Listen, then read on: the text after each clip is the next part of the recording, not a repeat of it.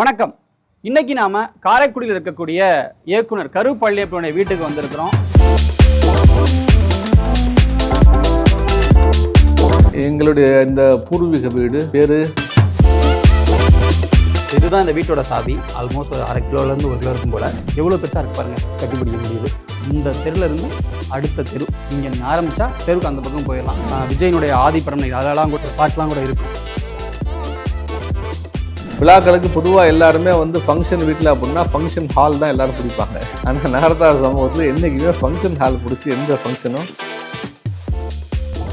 மரங்கள் தடுத்துரும். So 2-in-1 டைப்பில் இதை பிளான் பண்ணுறாங்க. இதுக்கு பின்னாடியும் ஒரு கதை இருக்கு.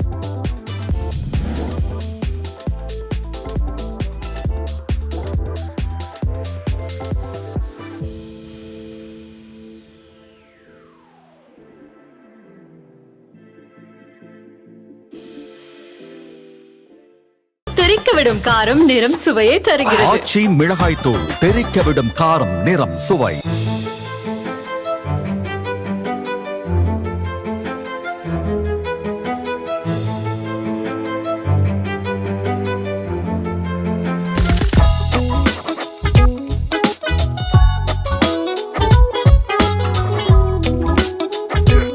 நகரத்தார் சமூகம் அவங்களுடைய வீடுகளில் ஒரு முக்கியமான வீடு இது. அந்த வீடுகள் அமைப்பிலேயே ஒரு பேசிக் ஸ்ட்ரக்சர் உள்ள ஒரு வீடு. வாங்க அதை நம்ம பார்க்கலாம். ஸோ இதுதான் இந்த வீட்டோட சாவி. இதுவே ஆல்மோஸ்ட் ஒரு 1/2 கிலோலேருந்து 1 கிலோ இருக்கும் போல். ஸோ திறந்துட்டு நம்ம உள்ளே போகலாம்.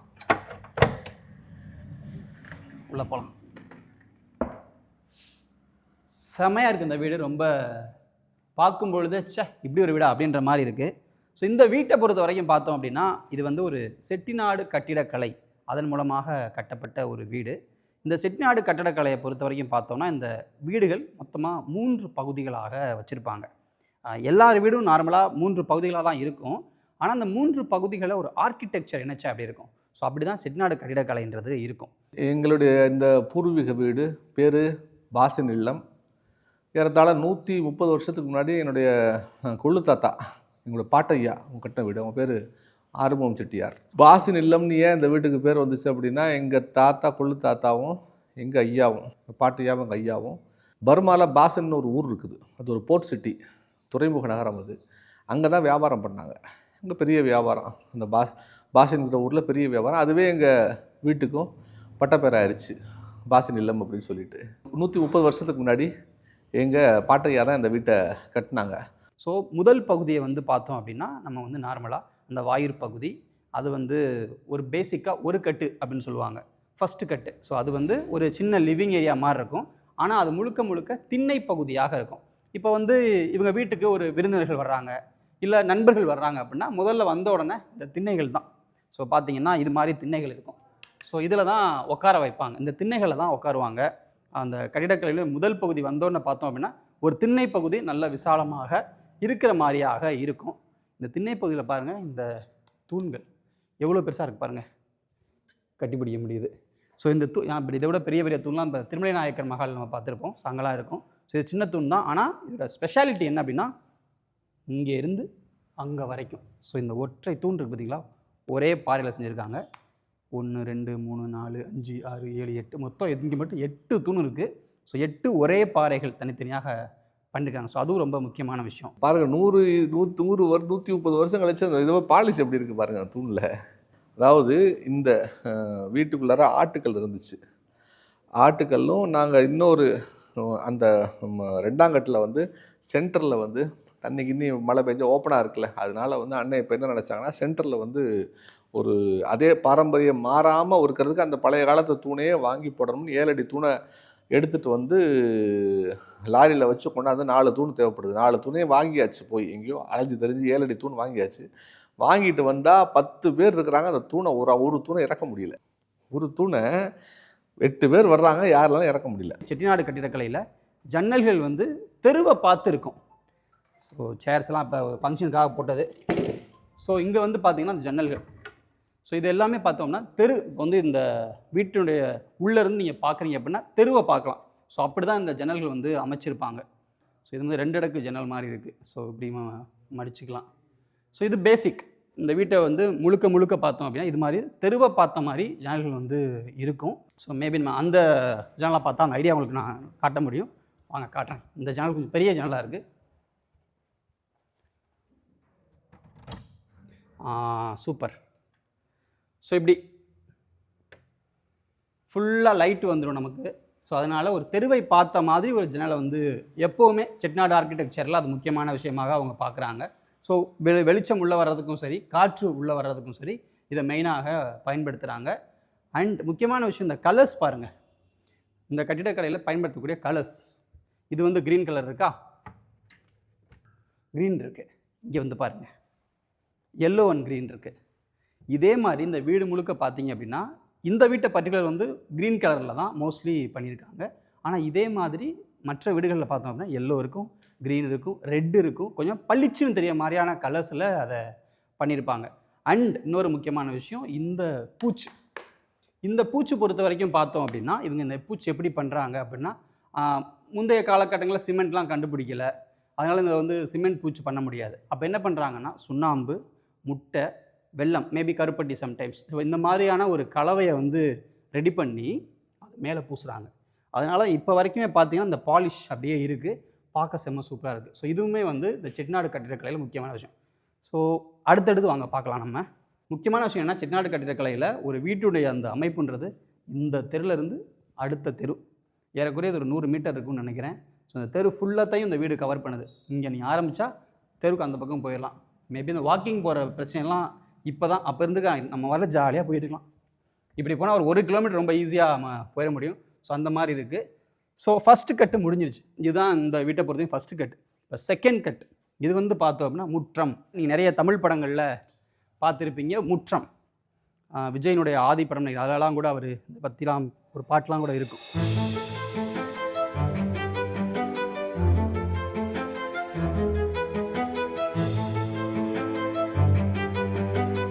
ஸோ இங்கே பாருங்கள், ரூம்ஸ் பாருங்கள். ஸோ இந்த மாதிரி ஒரு ரூம். ஸோ இப்படி மொத்தமாக இந்த வீட்டை பொறுத்தவரைக்கும் 8 ரூம்ஸ் இருக்குது. இது வந்து 8 பேர் இங்கே வசிக்க முடியும் அப்படின்ற மாதிரி.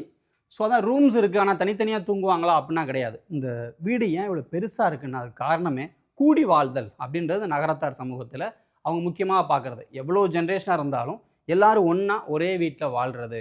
அதனால தான் பார்த்தீங்கன்னா நம்ம பிரிவோம் சந்திப்போம் படத்தெல்லாம் கூட பார்த்துருப்பீங்க. அதில் பார்த்தீங்கன்னா அவ்வளோ பேர் வருவாங்க, அடுத்தடுத்து வந்துகிட்டே இருப்பாங்க, ஒரே வீட்டில் இருப்பாங்க. ஸோ அவ்வளோ பெரிய வீடுகள் காரணம் அவ்வளோ பேர் இருக்குது. ரூம்ங்கிறது உங்களுக்கு நீங்கள் நினைக்கிற மாதிரி ஒரு பெரிய பெரிய ரூம் கிடையாது. ஒரு 10க்கு 40-50 ஸ்கொயர் ஃபீட்டில் தான் ஒரு ரூமே இருக்கும். ஸோ இங்கே பாருங்கள், இவ்வளோ பெருசான ஒரு வராண்டா டைப்பில் ஒன்று ரெடி பண்ணுறாங்க. எதுக்கு அப்படின்னா இரவு நேரங்களில் இங்கே தூங்கலாம். ஸோ மொத்தமாக இங்கே இருக்கிற அந்த 8 ரூம்லேயே இருக்கவங்க எல்லாரும் ஒன்றாக சாப்பிட்டதுக்கப்புறம் இரவில் தூங்குறதுக்கு இல்லை இயல்பாக உட்காந்து ஏதாவது பேசிகிட்டு இருக்கிறதுக்கு பயன்படுத்துவாங்க. விழாக்களுக்கு பொதுவாக எல்லாருமே வந்து ஃபங்க்ஷன் வீட்டில் அப்படின்னா ஃபங்க்ஷன் ஹால் தான் எல்லோரும் பிடிப்பாங்க. ஆனால் நகரத்தார் சமூகத்தில் என்றைக்குமே ஃபங்க்ஷன் ஹால் பிடிச்சி எந்த ஃபங்க்ஷனும் என்ன செய்கிறதில்ல. சிலருக்கு வீடுகள் இருக்காது, வெகு சிலருக்கு இல்லை. சில வீடுகள் ரொம்ப பழசு, அவங்க மெயின்டைன் பண்ணாமல் விழுந்துருச்சு, அந்த வீடு இழிஞ்சிருச்சு வீடு, இந்த மாதிரி இருக்கிற சமயத்தில் தான் அவங்க என்ன செய்கிறாங்க. அதுவும் ஃபங்க்ஷன் ஹால் போக மாட்டாங்க, அதுக்கும் படப்பு வீடு இருக்கும், அதுக்கு இந்த மாதிரி வீடுகள் இருக்கும். அவங்க வீடுகளில் தான் பெரும்பாலும் நடத்தி எங்களுக்கு பழக்கம். எல்லா விழாக்களும் கோலாகலமாக வீட்டில் தான் நடக்கும். 500 பேர் வரைக்கும், 400 பேர், 500 பேர், 600 பேர் வரைக்கும் வந்து போய் இருந்து திருமணங்கள் எல்லாம் வளவில் தான் நடக்கும். திருமணம் எல்லாமே அந்த வைபவங்களுக்காக நாங்கள் பயன்படுத்தக்கூடிய ஒரு வீடு. ஸோ இந்த லொக்கேஷனில் வந்து என்ன பண்ணுவாங்க அப்படின்னா மணவரையை வந்து ரெடி பண்ணிடுவாங்க. ரெடி பண்ணிவிட்டு இங்கெல்லாம் உட்காந்துப்பாங்க. இப்படி இந்த 2 லொக்கேஷன்லையும் உட்காந்துப்பாங்க. ஸோ இங்கே தான் வந்து திருமணம், இந்த இடத்துல அப்படியே திருமணங்கள் வந்து தேவையான ஏற்பாடுகள் பண்ணி இங்கே தான் எல்லாமே நடக்கும். அப்போ என்னென்னா எல்லாமே அக்சசிபிளாக இருக்கும். ஸோ எங்கேருந்து பண்ணாலும் அந்த ஃபங்க்ஷனை பார்க்க முடியும், நிறைய பேர் அக்காமடேட் பண்ண முடியும், மொத்த குடும்பம் ஒரே இடத்துல உட்காந்து இதை வந்து பண்ண முடியும். அப்புறம் இதை தாண்டி குழந்தைகளுக்கு மெயின் வந்து மழை பெஞ்சிட்டே இருந்தால் ஜாலியாக இங்கே ஆட்டம் போடலாம், தண்ணியை வந்து சேவ் பண்ணலாம். இங்கே பாருங்கள், இது வழியாக தான் தண்ணி போகும், பட் ஸ்டில் வந்து இதை க்ளோஸ் பண்ணிக்கிறாங்க. க்ளோஸ் பண்ணிட்டா இது வந்து ஒரு மினி ஸ்விம்மிங் பூல் மாதிரி, வீட்டுக்குள்ளேயே ஒரு ஸ்விம்மிங் பூல் இருந்து அப்படி இருக்கும், செம்ம ஜாலியாக இருக்கும்ல. ஸோ அந்த மாதிரியான ஒரு டைப். ஸோ அதுவும் இங்கே வந்து அந்த ஃபெசிலிட்டியும் மாதிரியான ஒரு விஷயமும் இந்த கட்டிடக்கடையில் முக்கியமாக இருக்குது. ஸோ இது இல்லாமல் 2 மச்சு, இந்த வீடு 2 மச்சு இருக்குது. இதில் உள்ளே போகலாம்.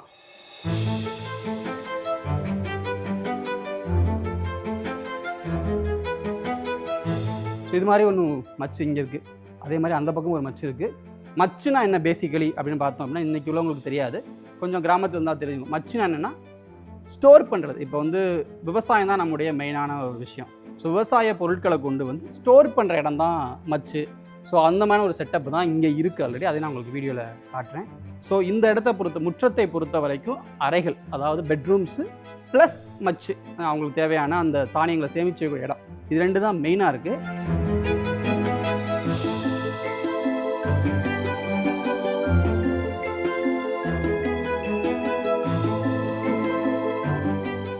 அண்ட் இதுக்கு பிறகு ஒரு 2ஆம் கட்டு அப்படின்றதான் அடுத்து நம்ம ஸ்டார்ட் பண்ணுறோம். இந்த நிலையை பாருங்களேன், 2ஆம் கட்டுக்கு போகிறோம், பட் ஸ்டில் இந்த நிலை பாருங்களேன், இந்த செவுரு பாருங்கள். இன்றைக்கெலாம் இங்கே அப்படி செவுரு இருக்கா பாருங்கள். ஆக்சுவலி நான் இங்கே இந்த பக்கத்தை பிடிச்சிருக்கேன், இந்த பக்கம் பிடிச்சிருக்கேன். ஏறக்குறைய ஒரு 1.5லேருந்து 2 அடி இந்த செவுரோட சைஸ் மட்டுமே இருக்குது. ஸோ இது ஏன், இதுக்கு ஒரு பர்டிகுலர் ரீசன் இருக்குது, ஏன் வந்து இந்த செவுறுகள் இவ்வளவு ஸ்ட்ராங்காக இவ்வளோ பெருசாக பண்ணுறாங்க அப்படின்றதுக்கும். ஏன் அப்படின்னா நம்முடைய இந்த தட்ப வெப்பம் அப்படின்றது என்ன, பேசிக்கலி வந்து குளிரும் இல்லைன்னா வெயில் அடிக்கும். அப்போ 2ஐயுமே மேனேஜ் பண்ணுற மாதிரியான ஒரு விஷயம் வேணும்னா செவரோட அமைப்பை நல்லா ஸ்ட்ராங்கிறத தாண்டி பெருசாக பண்ணோம் அப்படின்னா வெயில் காலத்தில் வெயில் உட்புகுந்து வர முடியாது. அப்போ வீடு என்னவாக இருக்கும், கொஞ்சம் ஜில்லுன்னு இருக்கும். இப்போ நம்ம வந்து ஒரு வெயில் காலத்தில் நிற்கிறோம், ஆனால் பெரிய லெவலில் நமக்கு வந்து உள்ள ஒரு வெயில் வந்து ஃபீல் ஆகலை. அதே நேரத்தில் குளிர்காலத்தில் எப்படி இருக்கணும், அந்த செவரு குளிர உள்ளே விடாது, ஒரு வாமான ஃபீல் வந்து நமக்கு எப்போவுமே உள்ளே இருக்கும். ஸோ அதனால தான் இவங்க இந்த செட்டிநாடு கட்டிடக்கலையில் என்ன பண்ணுறாங்க அப்படின்னா செவரோட சைஸ் நல்ல பெருசாக, அடர்த்தி நல்லா பெருசாக இருக்கிற மாதிரி பிளான் பண்ணி கட்டுறாங்க. ஸோ அதுதான் இந்த செவருக்கான காரணம். ஸோ இந்த ரூஃப் பாருங்கள், இது எல்லாமே வந்து பார்த்தோம் அப்படின்னா மரத்தால் செய்யப்பட்ட ரூஃப் தான். இதுக்கு மேலே ஓடு போட்டிருக்காங்க. மரத்தால் செய்யப்பட்ட ரூஃபுக்கு மேலே ஓடு போட்டால் என்ன ஆகும் அப்படின்னா வெயில் டைரெக்டாக உள்ளே வராது. வெயிலை மோஸ்ட்லி ஓடு தடுக்கும். ஓட்டிலேருந்து வரக்கூடிய அந்த வெப்பத்தை வந்து இந்த மரங்கள் தடுத்துரும். ஸோ 2-in-1 டைப்பில் வந்து இதை பிளான் பண்ணுறாங்க. அண்ட் இந்த தூண்களும் முக்கியமானது. அதே நேரத்தில் இந்த மரத்தை பாருங்கள், இந்த வீடு இப்போ தான் கொஞ்சம் மெயின்டைன் பண்ண ஆரம்பிச்சு, நம்முடைய மெயின்டெனன்ஸ் இல்லாமல் இருந்தது. ஆனால் ஸ்டில் ஒரு கரையான் அடிக்கிறதோ எந்த விஷயமும் இல்லை. ஏன்னா இது பர்மாவிலேருந்து வந்த பர்மா தேக்கில் செய்யப்பட்ட விஷயங்கள். இதுக்கு பின்னாடியும் ஒரு கதை இருக்குது. பர்மாவிலேருந்து தேக்கு எப்படி வந்துச்சு தெரியுமா, அதுதான் மெயினான விஷயம். பர்மாவிலேருந்து தேக்கை நம்ம வந்து தூக்கிட்டு வர முடியும், வாய்ப்பே இல்லை. அப்போ ஃப்ளைட்ஸும் இல்லை, ஃப்ளைட்டில் அதை அலோவ் பண்ணவும் மாட்டாங்க, கப்பலில் தான் கொண்டு வரணும். ஆனால் கப்பலில் மரங்கள் ஏற்றும் பொழுது வெயிட் ஆகிடும். அப்போ என்ன பண்ணுவாங்களாமா, கப்பலில் இந்த மரங்களை கட்டி, அதாவது மிதக்கிற மாதிரி கட்டி கப்பலோட சேர்த்து அனுப்பிடுவாங்க. அங்கேருந்து அந்த வர்ற கப்பல் என்ன பண்ணும், சென்னைக்கு வந்து அங்கே இருக்கக்கூடிய துறைமுகத்தில் இந்த தேக்கு மரத்தை வந்து டெலிவர் பண்ணிட்டு போயிடுவாங்க. அங்கேருந்து என்ன பண்ணுவாங்கன்னா மாட்டு வண்டிகளில் அப்போதைக்கு கொண்டு வரக்கூடிய வழக்கம் இருந்தது. அப்படி தான் இப்போ சென்னை துறைமுகத்துக்கு வந்தது, இங்கே வருது. ஸோ அப்படிப்பட்ட பர்மா தேக்கெல்லாம் ஃபுல்லாக பண்ணியிருக்காங்க பாருங்கள், செம்ம ஸ்ட்ராங்காக இருக்குது. அண்டு வந்து இல்லை வேலைப்பாடுகள் ரொம்ப முக்கியம். ஸோ அதையுமே நம்ம பார்க்க வேண்டியிருக்கு. அப்புறம் இன்னொரு விஷயமும் நான் காட்டுறேன் உங்களுக்கு பாருங்கள். இந்த அமைப்பு இப்போ வந்து இது வந்து நமக்கு பேசிக்காக எப்படி, இப்போ மழை வந்துச்சுன்னா தண்ணி பட்டு வரும் இல்லையா, இப்போ இங்கே பாருங்கள், தண்ணி இங்கே வந்தால் டிரெக்டாக இங்கே தான் விழுவும், ஆனால் கசியறதுக்கு வாய்ப்பு இருக்குது. அப்போ என்ன பண்ணுறாங்கன்னா மர வேலைப்பாடு இங்கே இருக்குது, ஆனால் இதுக்கு அப்புறம் ஒரு லேயர் இருக்குது பாருங்கள், தகரத்தால் செஞ்சுருக்காங்க. ஏன் அப்படின்னா தண்ணி டிரெக்டாக மரத்தில் பட்டுச்சுன்னா மரம் வந்து உளுத்து போயிடும். அப்போது அதை வந்து சரி பண்ணுறதுக்காக இங்கிட்டு ஒரு லேயர் பண்ணி இதுக்கப்புறம் தான் மரமே இருக்குது. இப்போ மரம் இங்கே பார்த்துருக்கோமா, தகரம் பாருங்கள். ஸோ இங்கே இருந்து இப்படி.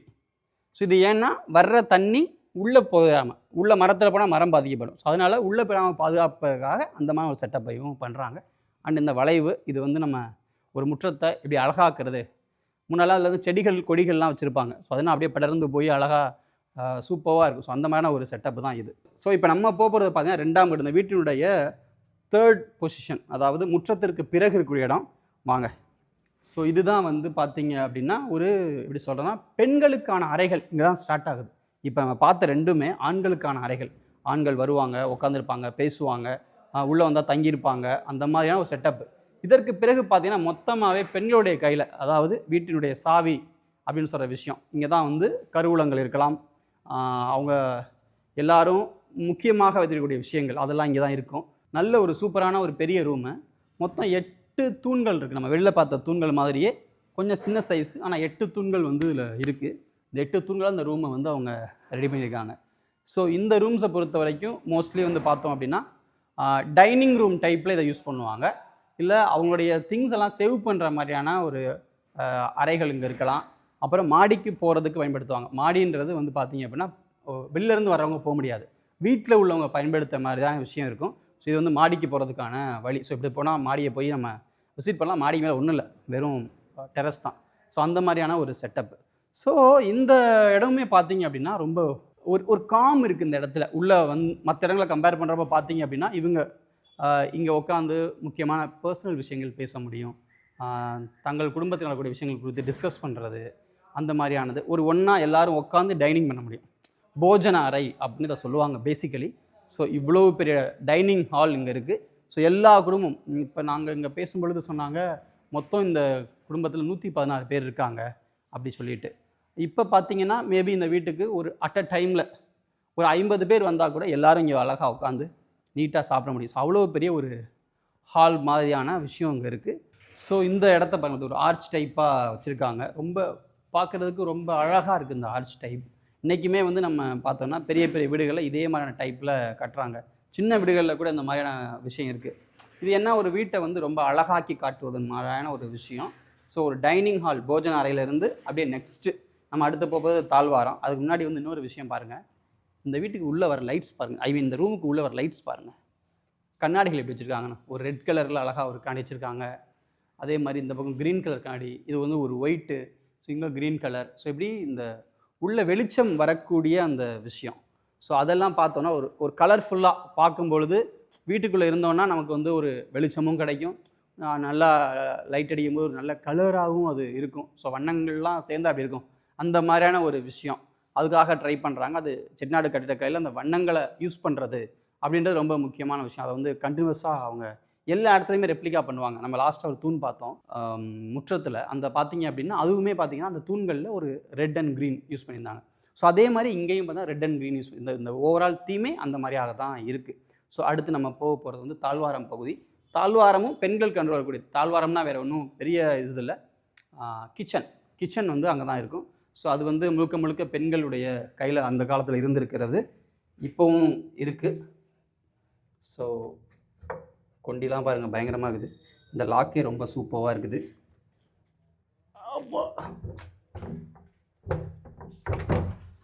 திறக்கவே முடியல, அவ்வளவு ஸ்ட்ராங்காக இருக்குது இந்த கதவு.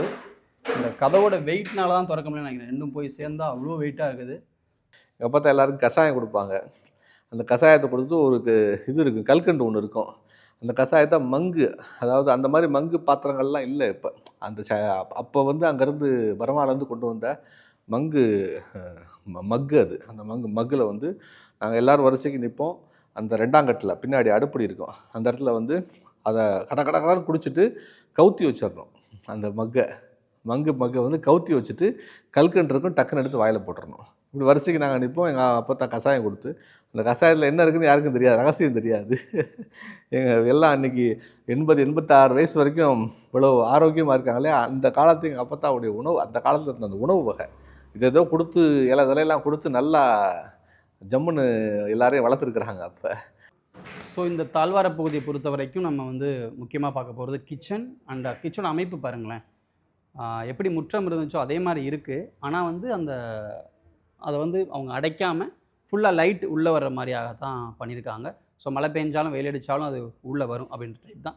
மீன்வேல் இந்த தூண்கள் இதோட அமைப்பு. ஸோ இந்த தூண்கள் பார்த்திங்கன்னா எப்படி ஆரம்பத்துலேருந்து இங்கே வரைக்கும் எண்டு வரைக்கும் இந்த தூண்கள் அமையுதுன்னு பாருங்களேன். இங்கே ஏறக்குறைய 1 2 3 4 5 6 7 8 ஒரு 10 12 தூண்கள் வந்து இருக்குது. ஸோ தூண்களும் இதில் வந்து முக்கியமான பார்ட்டாக இருக்குது. ஸோ இப்படி பார்த்தோன்னா இங்கே வந்து ஒரு அறை இருக்குது, அங்கே ஒரு அறை இருக்குது. இதெல்லாமே வந்து பேசிக்காக மளிகை சாமான்களை அவங்க ஸ்டோர் பண்ணி வச்சுக்கிறது. ஸோ அந்த மாதிரியான ஒரு டைப்பு தான். அதே மாதிரி வந்து பார்த்தோன்னா இப்போ வந்து நம்ம ஓப்பன் ஏரியாவுக்கு வந்துட்டோம், தாழ்வார பகுதிக்கு வந்துட்டோம். ஸோ இங்கேருந்து தான் மெயினாக இப்போ இங்கே சமைப்பாங்க, போஜன அறைக்கு எடுத்துகிட்டு போவாங்க, அங்கெல்லாம் உட்காந்து சாப்பிடுவாங்க. அதற்கு பிறகு அவங்க உறங்குவதற்கான இடம், அதற்கு பிறகு அப்படியே என்ட்ரன்ஸ். ஸோ இப்படி தான் இந்த வீடு முழுக்கவே அமைக்கப்பட்டிருக்கு. இது இயக்குனர் கருப்பழனியப்பன் அவர்களுடைய இல்லம். நம்ம பார்த்த இந்த வீடு அப்படின்றது அந்த தெருவிலேருந்து இந்த தெரு வரைக்கும் எனக்கு தெரிஞ்சு ஒரு 150 மீட்டர்ஸ் இருக்குன்னு நினைக்கிறேன். ஸோ அந்த மாதிரியான ஒரு தூரம் இருக்குது இந்த வீட்டுக்கு. பட் ஸ்டில் பார்த்தீங்கன்னா உள்ளே வரும்போது ஒரு சின்ன வைப் இருக்குது. ஒரு வீட்டுக்கு வரும்போது நம்ம வந்து ஒரு பிரம்மாண்டத்தை பார்க்குறோம். அந்த வீடு எவ்வளோ பெருசு, செம்மையாக இருக்க வீடு அப்படின்ற மாதிரி. ஆனால் அதில் வரக்கூடிய ஒவ்வொரு வேலைப்பாடும் இந்த வீட்டுக்குள்ள நுழைஞ்சதுலேருந்து இப்போ நம்ம முடிக்கிற வரைக்குமே பார்த்தீங்க அப்படின்னா அந்த இருக்கக்கூடிய ஒவ்வொரு வேலைப்பாடுகளும் ரொம்ப செமையாக இருக்குது. அதாவது அந்த காலத்துல எல்லாம் எப்படி பண்ணியிருப்பாங்க, அந்த அளவுக்கு பண்ணியிருக்காங்க. ஆனால் அது வந்து சொன்னார் ஒரு 130 ஆண்டுகளுக்கு முன்னாடி கட்டியிருப்பாங்க அப்படின்னு. ஏன்னா பேசிக்கலாகவே செட்டிநாடு கட்டிடக்கலைன்றது 18, 19 அந்த செஞ்சுரிஸில் பண்ணது. ஸோ அப்படிப்பட்ட நாட்களில் பண்ணியிருந்தாங்கன்னா கூட இன்னமும் ஸ்ட்ராங்காக இருக்குது. ஸோ அதுதான் தமிழர்களுடைய கட்டிடக்கலையினுடைய சிறப்பம்சம். இந்த மாதிரி பாரம்பரியமான வீட்டில் மதங்களை கடந்து எல்லாத்தையும் கடந்து ஒன்று சேர்ந்து இருக்கணும் எல்லாருமே. அதுதான் வந்து நம்ம விரும்புகிறது. ஒரு சின்ன தகவலை நான் இங்கே கொடுக்க விரும்புகிறேன். ஒரு பேட்டி ஒன்று பார்த்தேன். நம்ம அவர் வாலி, கவிஞர் வாலியுடைய பேட்டி. அதில் கவிஞர் வாலி சொல்லியிருப்பார், அதில் சோ இருப்பார். நானும் சோவும் வந்து ரொம்ப நெருங்கிய நண்பர்கள் 2 பேரும். ஆனால் எங்களுக்குள்ளார அளவு கடந்த கருத்து வேறுபாடு இருக்குது. ஒரு காலம் அவர் கருத்தை நான் ஒத்துக்க மாட்டேன், என் கருத்தை அவர் ஒத்துக்க மாட்டார். ஆனாலும் நாங்கள் சிறந்த நண்பர்களாக ஏன் இருக்கிறோம் அப்படின்னா, அவருக்குரிய ஸ்பேஸை நான் கொடுப்பேன், எனக்குரிய ஸ்பேஸை அவர் கொடுப்பாரு. அதில் நாங்கள் உள்ளே போக மாட்டோம். டிஸ்கஷன் பண்ணிக்கிறோம், கருத்து முழுக்க முழுக்க வேறுபடும். ஆனால் என்னுடைய ஸ்பேஸை அவர் எடுக்க மாட்டார், அவருடைய ஸ்பேஸை நான் எடுக்க மாட்டேன். அதுக்குரிய சுதந்திரத்தை கொடுத்து நாங்கள் 2 பேரும் சிறந்த நண்பர்களாக இருக்கிறோம். அது மாதிரி அவங்கவுங்களுக்குரிய ஸ்பேஸை கொடுத்து இந்த மாதிரி பாரம்பரியமான வீடுகளில் நாங்கள் எல்லோரும் ஒன்று கூடுறதுக்கு தானே வீடு. இவ்வளோ பெரிய வீடு எதுக்கு எங்கள் பாட்டனார் கட்டினாருன்னா, இங்கே எல்லாம் நம்ம பிள்ளைகள் எல்லாம் ஒன்றா கூடி மகிழ்ச்சியாக இருக்கணுன்றதுக்காக வாழ்கிறதுக்கு எங்கள் பாட்டனாருக்கு இவ்வளோ பெரிய வீடு தேவையில்லையே. அவங்க எங்கள் பாட்டனாருக்கு வந்து எங்கள் ஐயா மட்டும்தான் ஒரே மகன்தான். ஒரு மகனுக்கு எதுக்கு இவ்வளோ பெரிய வீடு கட்டணும்? பின்னாடி சமூகம் எல்லாரும் இணைஞ்சு வாழணுன்றதுக்காக தானே கட்டப்பட்ட வீடு. அதனால் நாங்கள் விரும்புகிறது அதுதான், எல்லாரும் ஒன்றா அந்த வீட்டுக்குள்ளே இருக்கணும். ஸோ இன்றைக்கி நாம் பார்த்த இந்த வீடு இயக்குனர் கரு பழனியப்பன் அவர்களுடைய வீடு. ரொம்ப நேர்த்தியாக அழகாக இந்த வீடு இருந்துச்சு. மற்றொரு வீடு மற்றொரு கட்டிடக்கலையோட அடுத்த வீடியோவில் உங்களை சந்திக்கிறேன். நன்றி. தெறிக்கவிடும் காரம் நிறம் சுவையை தருகிறது. ஆச்சி மிளகாய் தூள் தெறிக்கவிடும் காரம் நிறம் சுவை.